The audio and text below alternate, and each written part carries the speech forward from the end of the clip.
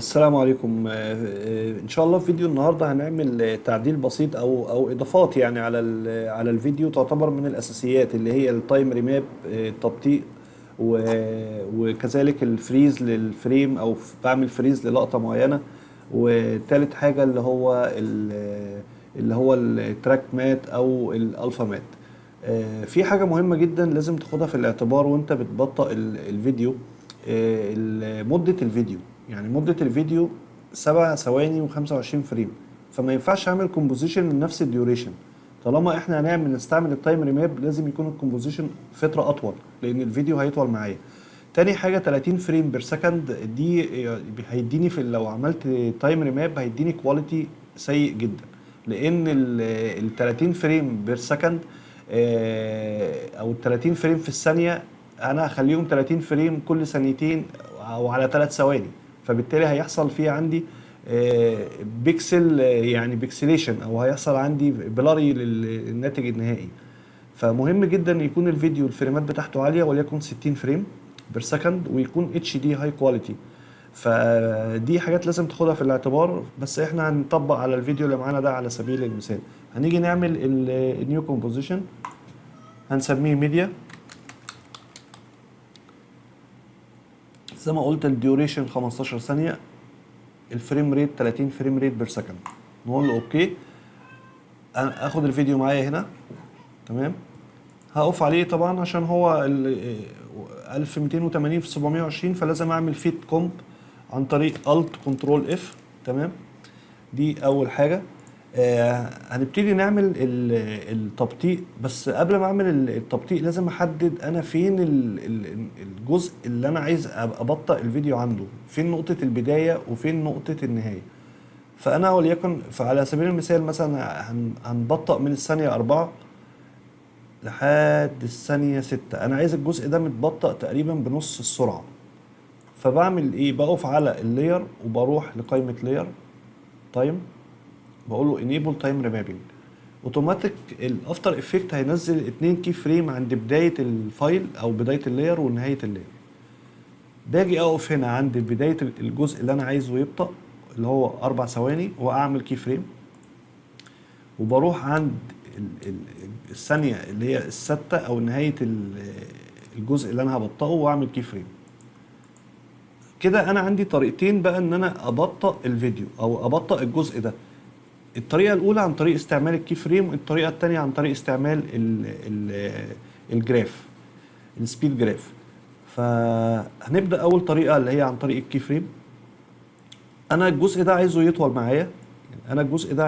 معايا، يعني المسافة بينهم تبعد شوية، وفي نفس الوقت الفيديو مدته هتطول. فباخد أنا آخر كي فريم مع الفريم الثالث وبمشي بيهم زي كده. شايفين المسافة اللي هي ما بين الفريم التاني، الكي فريم التاني والتالت بتطول معايا، وكذلك مدة الفيديو بيطول معايا. عشان كده انا باخد الكي فريم الرابع الاخير معايا وانا ماشي، لان مدة الفيديو بتطول. تمام كده اهو. باجي اقف هنا كده واخد ارجع الفيديو تاني للطول الاخير، الطول النهائي بتاعه اهو. نعمل ريفيو كده سريع.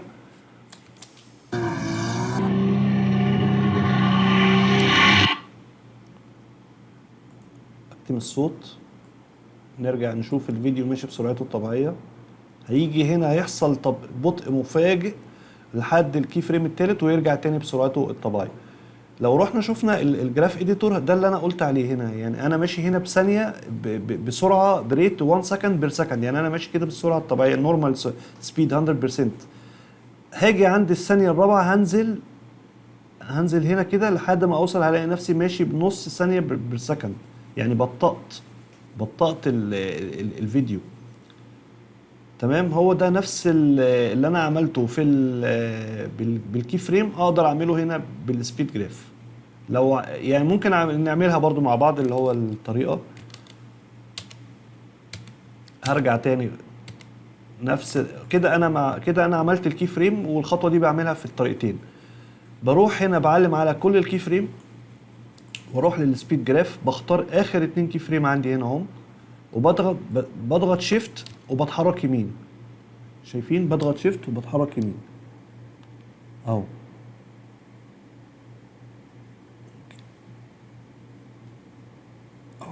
خليني برضو ضغط على الشيفت عشان ما اسيبش الشيفت، الجراف هيتغير معايا.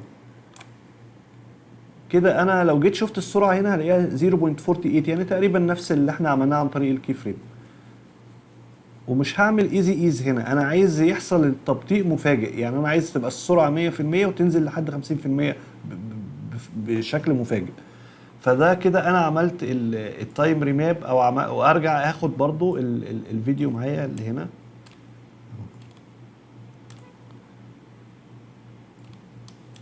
زي كده بالظبط. كده حصل نفس النتيجه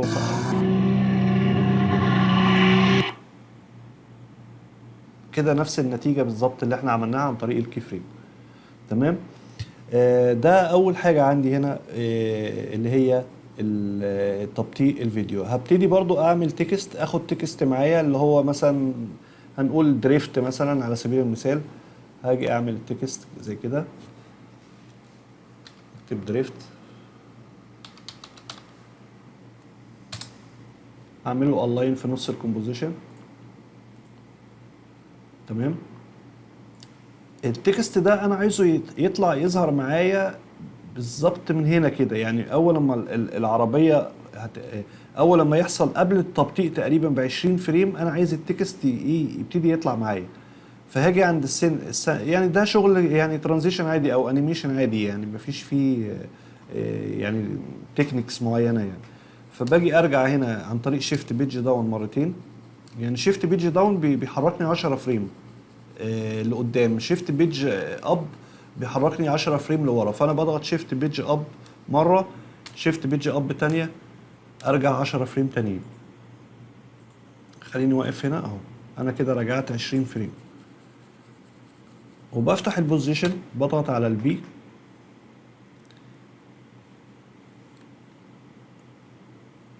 ممكن اعمل ايه يعني؟ ممكن انا اخدها بطريقه عكسيه، يعني انا عايز ايه يوصل هو فين التكست يوصل معايا.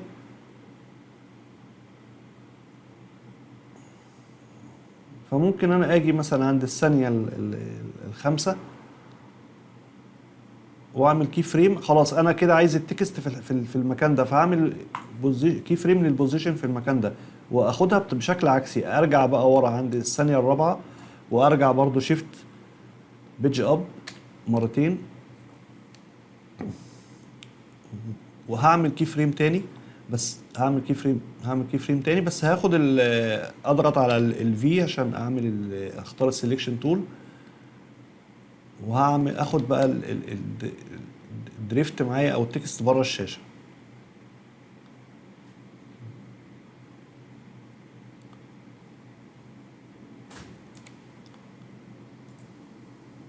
خليني احافظ بس على اللاين فيرتيكال بتاعتها اهو زي كده. لو عملت ريفيو دلوقتي،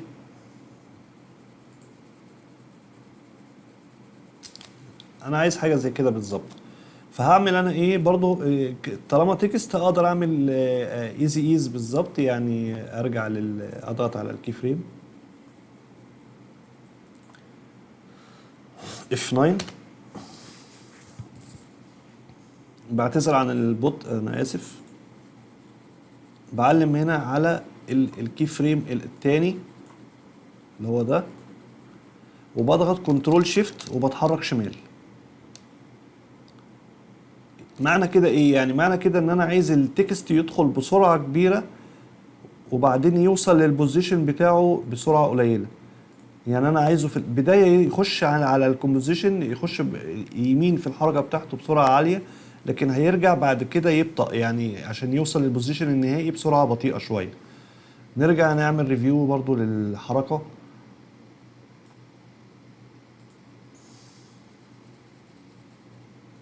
شايفين التكست دخل بسرعه كبيره وبطأ شويه.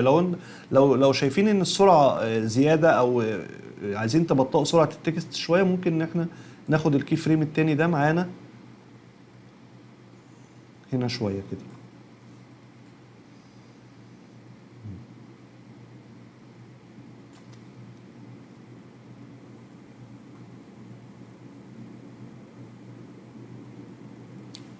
حاجه. وممكن نعمله تايم ريمابنج برضه، يعني ممكن نعمل تايم ريمابنج للتكست، بس خلاص احنا عملناها للفيديو. فده كده اول حاجه عندي في انا كده خلصت الفيديو، عملت التكست ده اللي هو الكومبوزيشن الخاص بالميديا. بس انا عايز اعمل حاجه تانية برضو، افكت تاني. هعمل ايه؟ هاخد كوبي من الفيديو، كنترول دي، وهعمل تراك مات هنا. يعني اخلي الفيديو الفايل ده اللاير دي تظهر عن طريق الالفا مات اللي هو للتكست. تمام، يبقى انا كده عملت تراك مات او الفا مات. التكست اساسا مفيش الفا، يعني هو مفيش، كله ترانسبيرنسي، يعني الترانسبيرنسي 100%. فالفيديو كله هيظهر معايا. فلما الفيديو كله هيظهر في التكست، واوريدي في نسخه تانية عندي فيديو، فانا مش هشوف فرق. فبروح للافكت واختار مثلا الهيو ساتوريشن، واعمل دبل كليك على الفيديو. لو قللت الساتوريشن بتاعه، تمام، هيبتدي يظهر معايا هنا الفيديو عن طريق التكست، بس في بدأ يظهر معايا ايه شوية اهو زي كده. اقلل الساتوريشن شوية واقلل البرايتنس شوية، هيبتدي يظهر معايا الفيديو التكست. تمام، يبقى انا كده عملت تراك مات للفيديو ده، وهو ده المات، يعني هو ده يعتبر المات. خلينا برضو نغير الاسم، دريفت مات. هو ده المات بتاعي. دايما المات بيبقى فوق اللاير. دايما المات، يعني خد في الاعتبار ان المات دايما بيبقى فوق اللاير، سواء الالفا مات او اللوما مات اللي هو اللومينانسي. لان الالفا مات بنستخدم الالفا تشانل للمات نفسه، لكن اللوما بستعمل اللومينيسيتي، بستعمل التدرج في الالوان من الابيض للاسود، عشان كده اسمه لوما مات. فانا كده خلصت التكست. ممكن اعمل افكت تاني، اروح عن طريق اللاير ستايل، سوري اللاير،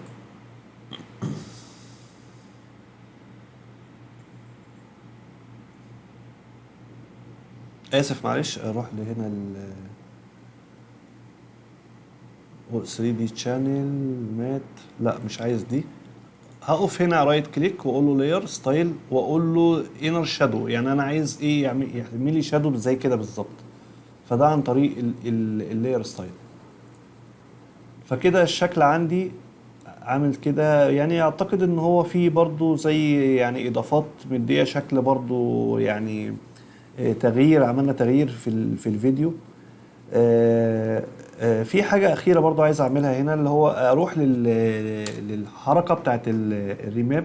وعايز أول لما الفيديو يبدأ ياخد السرعة بتاعته الطبيعية، التكست يطلع معايا. يعني أنا عايز التكست يطلع بره الشاشة خالص. فبروح هنا عند البوزيشن بتاع التكست، بقف هنا أهو، بعمل كي فريم،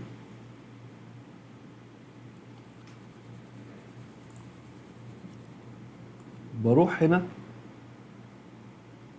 بس عايز قبل ما الفيديو يطلع خالص، يعني باجي هنا مثلا تقريبا، وحرك البوزيشن بتاعي بره الشاشه خالص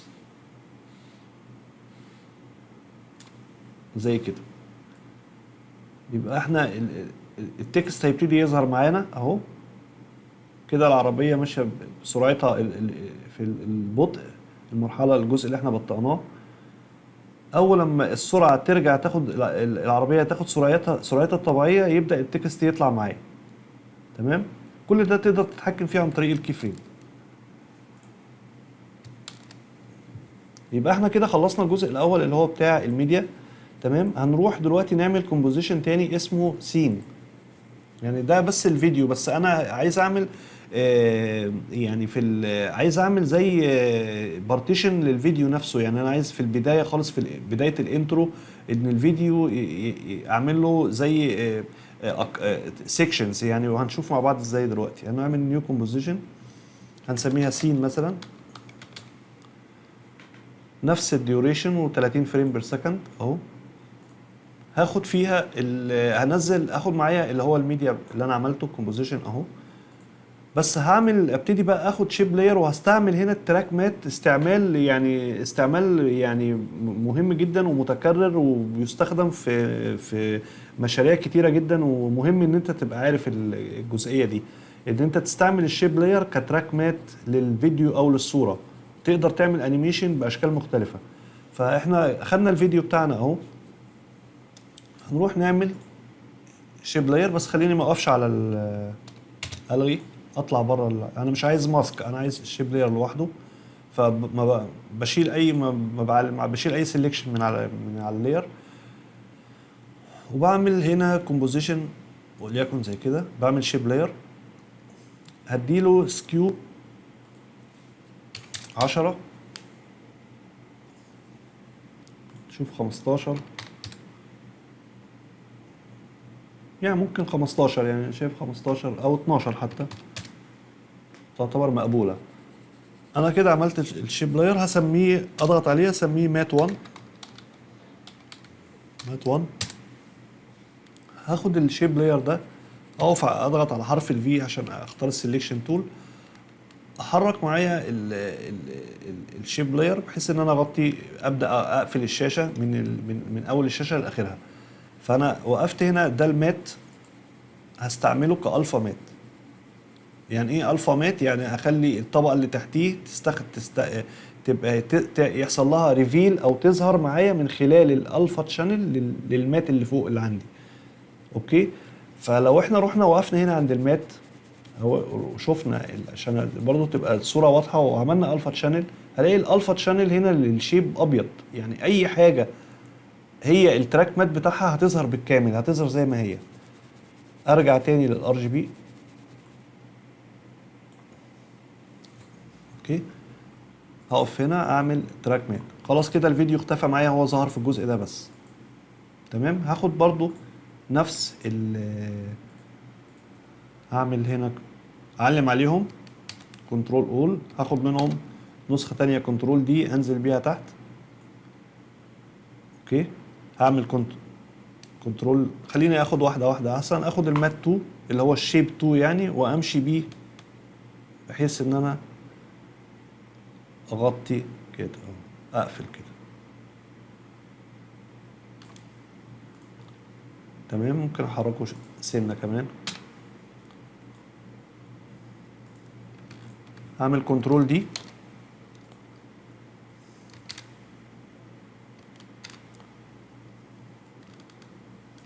هنزل بيه تاني، اقف على الشيب لاير،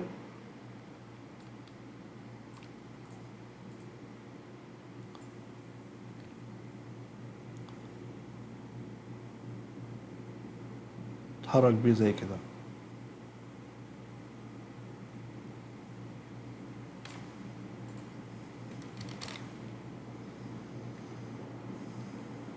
خليك الغلطه ان انا شلت ايدي من الشيفت. ما شيلش ايدي من الشيفت قبل ما اشيل ايديا من الماوس، يعني لان ممكن الفيديو هيطلع او ينزل معايا. خلي ايدي على الشيفت لحد اخر لحظه. تمام. اعمل برضو كنترول دي، هنزل هنا اهو، هروح اقف على الشيب واخده معايا للاخر برضو.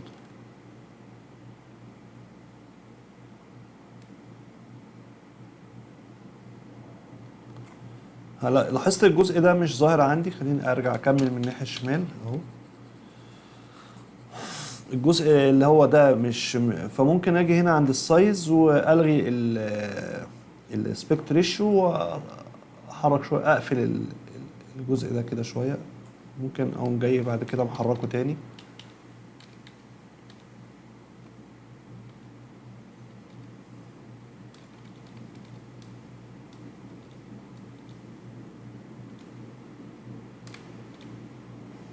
تمام. لو عملت دلوقتي مفيش اي حاجه هتحصل، يعني انا ما عملتش اي انيميشن لسه لحد دلوقتي. انا خليت الفيديو يبقى يعني عملت له الفا مات، قسمت عملت يعني قسمت الشيب لاير او الكومبوزيشن او الشاشه الاربعه الفا مات. هبتدي بقى هعمل الانيميشن دلوقتي، بس هعمل الانيميشن للميديا نفسه، للبليس هولدر نفسه، للفيديو نفسه. هاجي هقف هنا، خليني اصغر شويه الزوم، اعمل زوم نقول مثلا 33%، اقف على الميديا الاول، اروح للبوزيشن تقريبا ممكن امشي مثلا، خليني اقف الاول على اشوف انا عايزه الدخول يبقى خلال مده قد ايه، وليكن مثلا ثانيه ونص، ثانيه ونص يعني ثانيه و15 فريم، ثانيه و15 فريم اهو زي كده. هقف على الفايل ده، على الميديا هنا، واقف على الميديا ده والميديا الثالث، الجزء الثالث والجزء الرابع، اضغط على حرف البي واعمل كي فريم. تمام. هرجع بقى لنقطه الصفر، نقطه البدايه، وهمسك واحد واحد، اشوف الميديا الاولاني فين. الاولاني ده انا عايزه يجي من الشمال، فهاخده كده وامشي بيه للاخر زي كده. فين التاني اهو، انا عايزه يجي من فوق، هطلع بيه لفوق.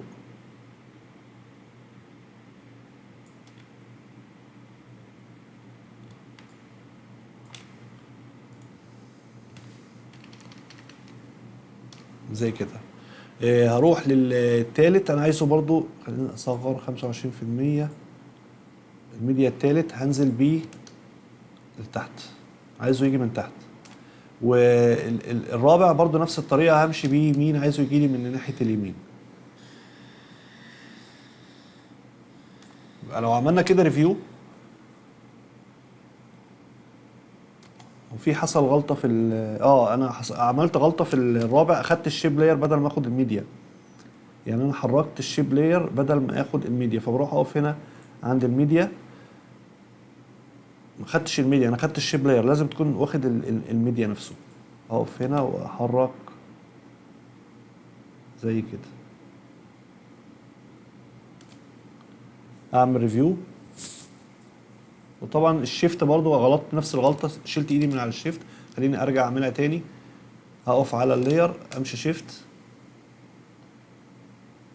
خلاص انا كده مظبوط. اعمل ريفيو، هيبقى الشكل عامل زي كده بالظبط. كنترول اول عشان الغي اطلع من الكي فريم، كنترول اول اضغط على اليو. انا كده قفلت كل الكي فريم. هاخد كل سيكشن واعمل له بري كومبوزيشن، هاخد كل سيكشن واعمل له بري كومبوزيشن. ليه هعمل كده؟ عشان انا عايز اعمل افكت عليهم هما الاثنين، يعني انا عايز اعمل افكت عليهم هما الاثنين. خليني اقف كده برضه عشان تبقى الصوره واضحه.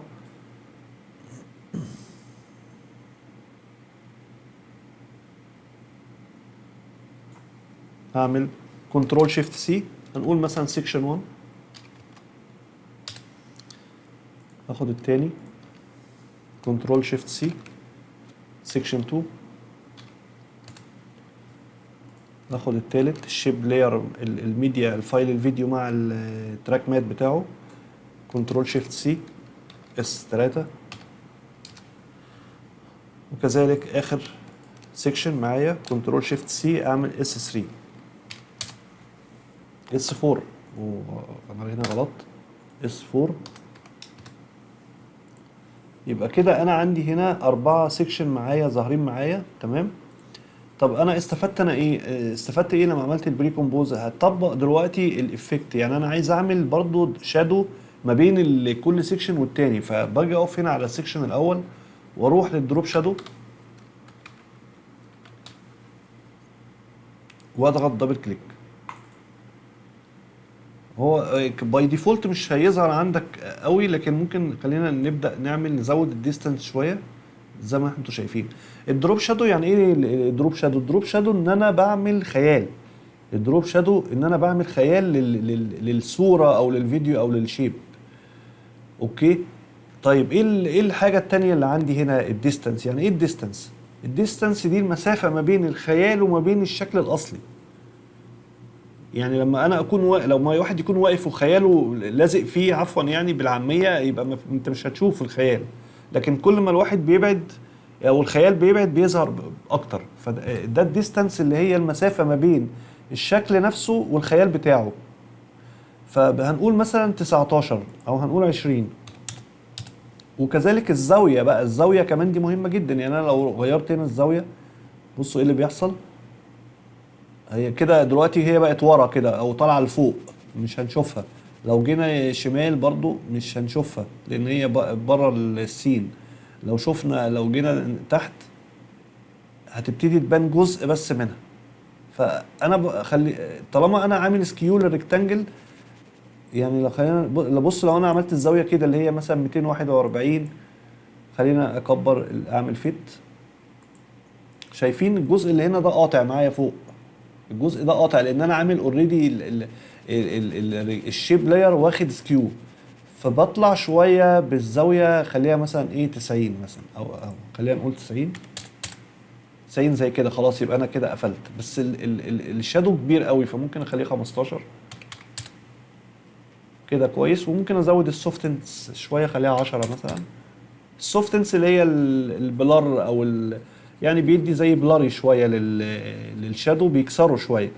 تمام. يبقى انا كده ظبطت الشادو. اقدر اخده اعمل كنترول سي، انزل بيه على كل البري كومبوزيشن ده، كنترول في.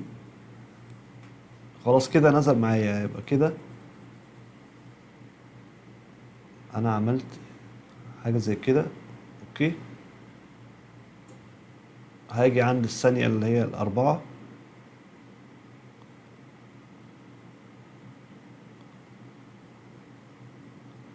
شايفين التكست ماشي معايا عادي، مفيش اي حاجه. هيبتدي بقى يطلع والفيديو هيخلص عند الثانيه اللي هي العشرة. انا مش يعني طبعا ممكن انا اقطع دلوقتي، بس انا ايه عشان عايز اروح اعمل الفريز فريم. فاحنا كده خلصنا السين. هعمل كنترول اس اسيف، هقف او هروح للبروجكتس.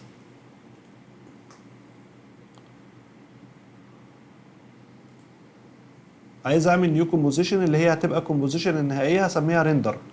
يعني انا هقف هنا هعمل ريندر. اوكي تمام. وهعمل اوكي. الكومبوزيشن انت ممكن تعمل كله في كومبوزيشن واحده. يعني انا برضه عشان تبقى الامور واضحه، يعني انا ممكن اخد كومبوزيشن واحده واعمل فيها كل حاجه، وفي الاخر اعمل بري كومبوز. بس هي مجرد تنظيم شغل يعني، برضه ما هي ما فيش قاعده معينه. يعني كل ما انت بتنظم شغلك وبتعمل الجزء الميديا في كومبوزيشن لوحده، والتايتل في كومبوزيشن لوحده، والريندر النهائي في كومبوزيشن لوحده، بتنظم لك الشغل. دي حاجه. الحاجه التانية الفايل الفيديو، طالما انا هستخدمه كتير. يعني انا استخدمت الفيديو لو هتستخدم الفيديو اكتر من مره في نفس الكومبوزيشن، تمام، فيفضل ان انت تعمل كومبوزيشن للفيديو. افرض انا عايز اغير الفيديو النهارده، هضطر اخش اغير كل الفيديو، ليرات الفيديو، هيبقى كتير قوي وهيحصل غلطات وفي كي فريمز. فيفضل تخلي الفيديو في الميديا كومبوزيشن لوحده. انا النهارده لو عايز اغير الفيديو اخش اغيره من هنا بس، هيسمع معايا في كل الكومبوزيشن الباقيه. تمام. هنروح هنا للريندر. هاخد معايا السين زي ما احنا قلنا، السين اهو. تمام. ده السين بتاعي. انا عايز اعمل فريز وليكن عند الثانيه. يعني اول لما يطلع بقى يبتدي ياخد السرعه بتاعته مثلا في الجزء ده. عايز اعمل ايه؟ عايز اعمل فريز، عايز اوقف اللقطه في الحته دي كده. فهعمل فريز ازاي؟ اول حاجه لازم اقسم اللاير. هعمل كنترول شيفت دي، اعمل سبليت لللاير، او عن طريق من هنا كده اللاير اديت، اعمل سبليت لاير من هنا. يكون برضو نفس النتيجه كنترول شيفت دي. انا وقفت هنا اهو. تمام. عملت نسخه تانية من الفيديو، او خدت قسمته على سبليت، عملت له سبليت. وباجي هنا انا عايز اعمل فريز في الحته دي. يعني انا عايز اعمل فريز في الحته دي، هاخد منها كوبي. هاخد من كوبي من الجزء اللي انا قسمته ده. هاجي اقف عليه واروح عند التايم واقول له فريز فريم. خلاص كده. يعني لو انا لغيت اللاير دي الاولانيه ومشيت كده، لا في اللاير الاولانيه هي لغيتها، هلاقي الفريم واقف عندي. شايفين؟ فانا بعمل انا ايه؟ بوقف الفريم، بعمل فريز فريم، يعني مش اكتر من 20 فريم. يعني اعمل شيفت بيج داون 20 فريم بس، وارحل اللي فوقيه للتايم لاين اهو. اوكي، يبقى انا كده عملت ده الفريز كده، يبقى انا ماشي كده عادي جدا، جيت وقفت هنا وكمل عادي من نفس الفريم اللي وقف عنده. وده يعتبر يعني الفيديو ان شاء الله يكون، ان شاء الله يكون عجبكم، ولو في اي استفسار تحت امركم. ودي اساسيات مهمه تبقى عارفينها، اللي هو التايم ريماب، الفريز فريم، ازاي استعمل التراك مات. ودي تعتبر من الاساسيات، يعني هو مش اللي هي الفيديو احترافي قوي، بس بقدر الامكان ان احنا حبينا نتكلم عن التولز اللي لازم تكون عارفها يعني. وشكرا لكم، واشوفكم الفيديو الجاي، والسلام عليكم.